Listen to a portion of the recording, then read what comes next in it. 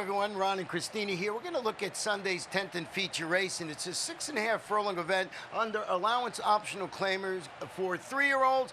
And you know, the number 7, All in Blue, making his 3-year-old debut, the first start since really did not handle the mud. That was in the Grade 1 hopeful at Saratoga last September. You know all the statistics on Todd Pletcher. He's about 30% with horses returning from the layoff. This is a son of more than red. He's got some class. He certainly does, and they were very high on this horse especially after that debut. I remember even before there was a lot of chatter about him, and he came back. He was 4th at Saratoga in a very tough race, won by a very nice horse, Wired Brian. But that latest race, we could forgive that. It was in the mud, and that was going 7/8, and we're cutting back to 6.5 furlongs. He's a very, very fast son of more than ready, and as you said, Todd Pletcher, always tough. Well, I don't know if any of you out there were at Gulfstream when number 6, Little Daddy, won. He faces winners.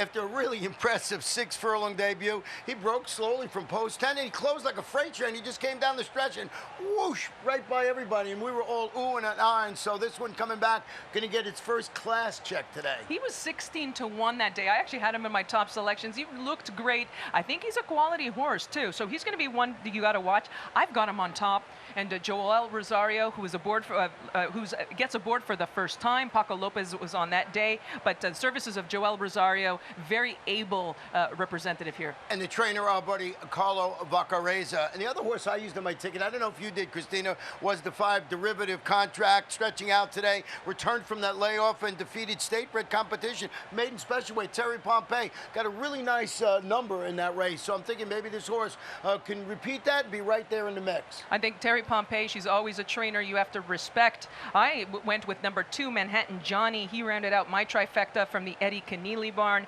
and came back off of a layoff and came up short after showing some speed early, faded to 4th. I think, especially with Eddie Keneally, these horses coming back off the layoff second time out, they're very effective.